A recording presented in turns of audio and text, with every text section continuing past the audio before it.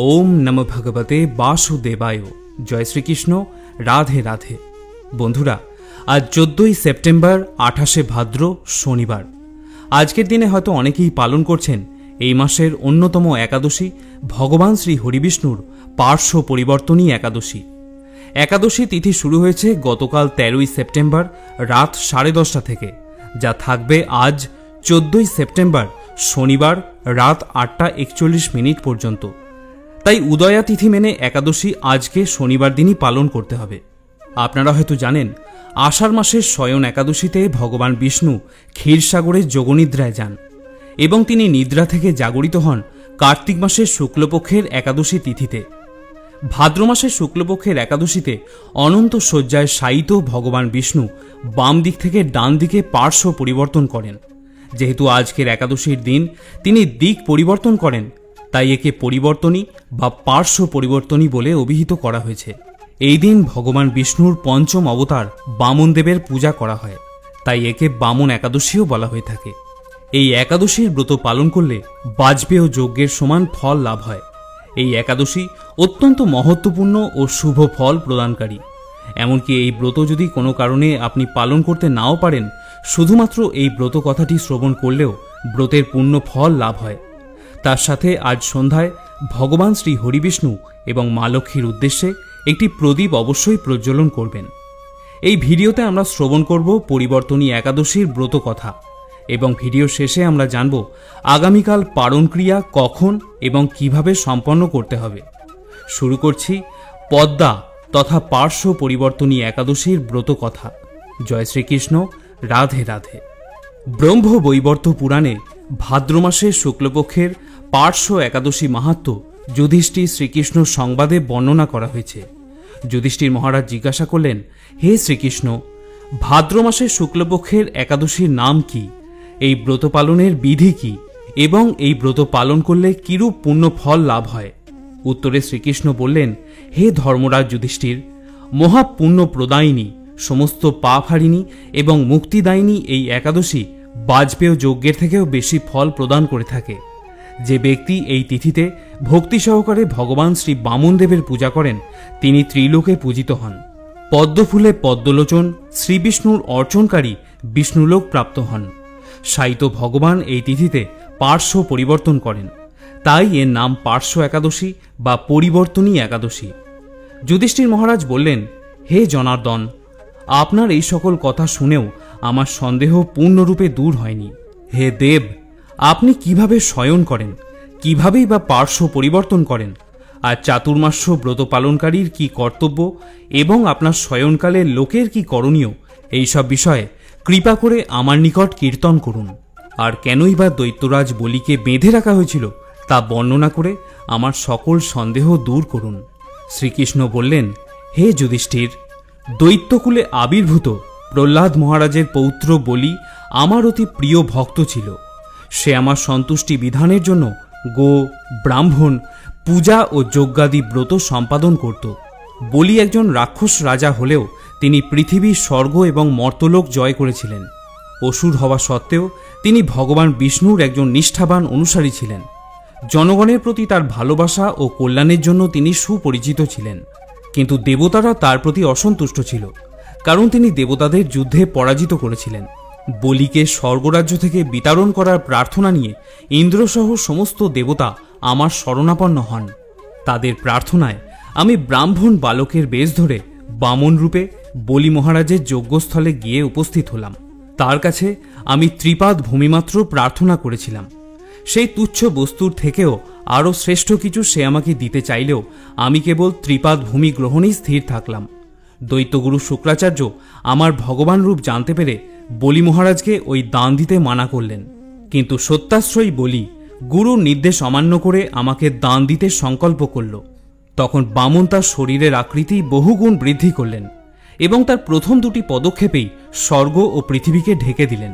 তৃতীয় পায়ের জন্য আর কোনো জায়গায় অবশিষ্ট রাখলেন না। পুনরায় তৃতীয় পায়ের জন্য স্থান চাইলে সে তার মাথা পেতে দিল। আমি তার মস্তকে তৃতীয় পদ স্থাপন করলাম।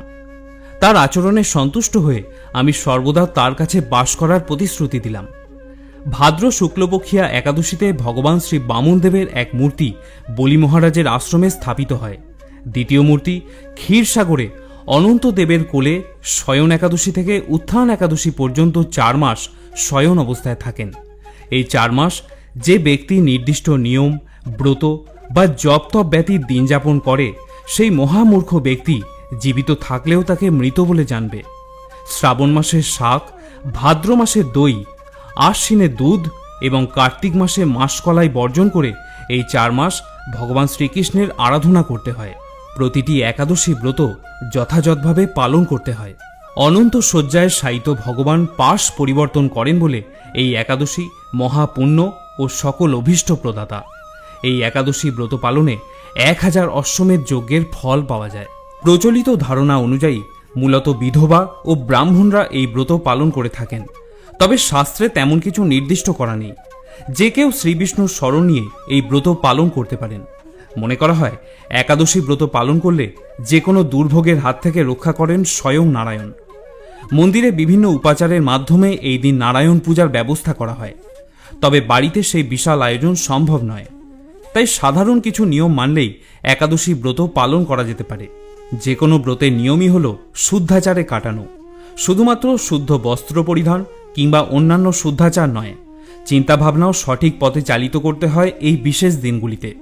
ব্রতের দিন কারো ক্ষতি করা বা ওই জাতীয় চিন্তা মনে আসলেও ফল হয় একেবারে উল্টো। একই সঙ্গে এই দিন অবশ্যই পূজা করতে হয় তুলসীর। নারায়ণের পূজায় অতি আবশ্যক হল এই তুলসী গাছের পাতা। তবে অনেকেই এই দিন সম্পূর্ণ নিরাহারী হয়ে থাকেন, অর্থাৎ নির্জলা উপবাস করে থাকেন। তবে চাইলে রাত্রে একবার খাওয়া যেতে পারে, তবে তামসিক আহার একেবারেই বর্জনীয়। এমনকি ভাত বা চাল জাতীয় কোনো খাবারও এই দিন খাবার নিয়ম নেই। ময়দার তৈরি খাবার কিংবা মিষ্টান্ন খাওয়া যেতে পারে। এই প্রসঙ্গে শাস্ত্রে ব্যাখ্যাও রয়েছে, ধর্মার্থ কাম মোক্ষানাম আরোগ্যম মূলমুত্তমম, অর্থাৎ উপবাসী হল আরোগ্য বা স্বাস্থ্যের মূল এবং স্বাস্থ্যই চতুর্বর্গ সাধনের উত্তম মূল। অতএব যথাসম্ভব উপবাস অভ্যাস করা অবশ্য কর্তব্য। একাদশী পালনের অছিলায় সেই অভ্যাস পালন করলে আসলে আপনারই লাভ হবে। শ্রোতা বন্ধুরা, এবারে আমরা জেনে নেব আগামীকাল এই ব্রতের পালন ক্রিয়া কিভাবে সম্পন্ন করতে হবে। একাদশী তিথি শুরু হয়েছে গতকাল 13ই সেপ্টেম্বর রাত 10:30 থেকে, যা থাকবে আজ 14ই সেপ্টেম্বর রাত 8:41 পর্যন্ত।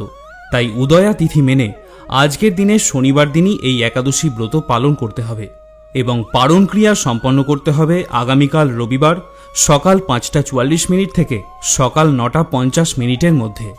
এখন আমরা আলোচনা করব একাদশীর ব্রত পালনের সঠিক নিয়ম সম্পর্কে। একাদশী মূলত একটি চন্দ্র তিথিকে কেন্দ্র করেই পালিত হয়ে থাকে। একাদশীর মূল কাজ হল নিরন্তর ভগবানকে স্মরণ করা। আপনারা যে নিয়মে বা যে সময়ই একাদশী ব্রত পালন করেন না কেন, ভগবানকে ভক্তি ভরে স্মরণ করাই যেন আপনার মূল লক্ষ্য হয়। যে সকল ভক্তগণ একাদশী পালন করতে চান, তাদের একাদশী পালনের সঠিক নিয়ম মেনে করা উচিত। কারণ সঠিক নিয়ম না জেনে একাদশী ব্রত পালন করলে পুণ্যর থেকে পাপই বেশি হয়। তাই একাদশী ব্রত পালনের পূর্বে অবশ্যই একাদশী পালনের নিয়মাবলী জেনে নেওয়া উচিত। এদিন সবার প্রথমে ভোরবেলায় শয্যা ত্যাগ করে স্নান পর্ব সেরে নিন এবং ভগবানের কাছে একাদশী পালনের সংকল্প গ্রহণ করুন। সংকল্প মন্ত্রটি 3 বার উচ্চারণ করে এই সংকল্প গ্রহণ করতে হয়। সংকল্প মন্ত্রটি হল একাদশ্যাম নিরাহার স্থিত্যা অহম অপরেহনি ভক্ষ্যামি পুণ্ডরীকাক্ষ শরণং মে ভবাচ্যুত। এর অর্থ হল, হে পুণ্ডরীকাক্ষ, হে অচ্যুত, একাদশীর দিন উপবাস থেকে এই ব্রত পালনের উদ্দেশ্যে আমি আপনার শরণাপন্ন হচ্ছি। এদিন মনের মধ্যে কোনো খারাপ চিন্তা বা কুভাবনা আনা যাবে না। গায়ে কোনো রকম প্রসাধনী বা সুগন্ধি ব্যবহার করা যাবে না। একাদশীর দিন পরনিন্দা, কুকথা, মিথ্যা আচার, ক্রোধ, চুল কাটা বা ক্ষৌরকর্ম করা থেকে বিরত থাকতে হবে। শাস্ত্রে বলা হয়েছে, দশমীতে একবার আহার, একাদশীতে নিরাহার এবং দ্বাদশীতেও একবার আহার করতে হবে। যদি তা করতে অসমর্থ হন, তাহলে একাদশীতে অনাহার করতে হবে। যদি সেটা করতেও অসমর্থ হন, তাহলে একাদশীতে পঞ্চ রবিশস্য বাদ দিয়ে ফলমূল বা মিষ্টান্ন গ্রহণ করার বিধান রয়েছে। একাদশীর পরের দিন পারণ ক্রিয়া সম্পন্ন করার জন্য পারণের জন্য যে নির্দিষ্ট সময় দেওয়া থাকে, সেই সময়ের মধ্যে পঞ্চ রবিশস্য দিয়ে ভগবানকে ভোগ নিবেদন করতে হবে। ভোগ নিবেদন করার পর একাদশীর পারণ মন্ত্রটি 3 বার ভক্তিভরে পাঠ করতে হবে এবং প্রসাদ গ্রহণের মধ্য দিয়ে উপবাস সমাপ্ত করতে হবে। একাদশীর পারণ মন্ত্রটি হল একাদশ্যাম নিরাহার ব্রতে নানে ন কেশব প্রসীদ সুমুখ নাথ জ্ঞান ও দৃষ্টি প্রদো ভব। অর্থাৎ, হে কেশব, আমি অজ্ঞানরূপ অন্ধকারে নিমজ্জিত আছি। হে নাথ, এই ব্রত দ্বারা আমার প্রতি প্রসন্ন হয়ে আমাকে জ্ঞানচক্ষু প্রদান করুন। একাদশীতে কোন কোন খাদ্য বর্জনীয় তার একটি স্ক্রিনশট আমি আপনাদের উদ্দেশ্যে দিয়ে দিলাম। তবে অনেকেই তাদের বৃদ্ধ বাবা মা এবং ছোট ছেলেমেয়েদের জন্য আমার কাছে জানতে চেয়েছেন একাদশী ব্রত পালনের সময় কি কি খাওয়া যেতে পারে। তাই তাদের উদ্দেশ্যে বলে রাখি, কেউ যদি নির্জলা একাদশী ব্রত পালনে ব্যর্থ হন তাহলে শাস্ত্রে তাদের জন্য কিছু ফলমূল এবং সবজি খাওয়ার বিধান রয়েছে। তারও একটি স্ক্রিনশট আমি আপনাদের উদ্দেশ্যে দিয়ে দিলাম। শ্রোতা বন্ধুরা, এইভাবে শাস্ত্রসম্মত বিধি অনুসরণ করে আপনি বাড়িতে সহজেই একাদশী ব্রত পালন করতে পারেন। যদি এই একাদশীর ব্রত মাহাত্ম্য শ্রবণ করে আপনি উপকৃত হন তাহলে ভিডিওটিতে অবশ্যই একটি লাইক করবেন। ভগবান শ্রী হরির কৃপায় আপনার জীবন সুফল ও মঙ্গলময় হোক। সকলে ভালো থাকুন, সুস্থ থাকুন। জয় শ্রীকৃষ্ণ।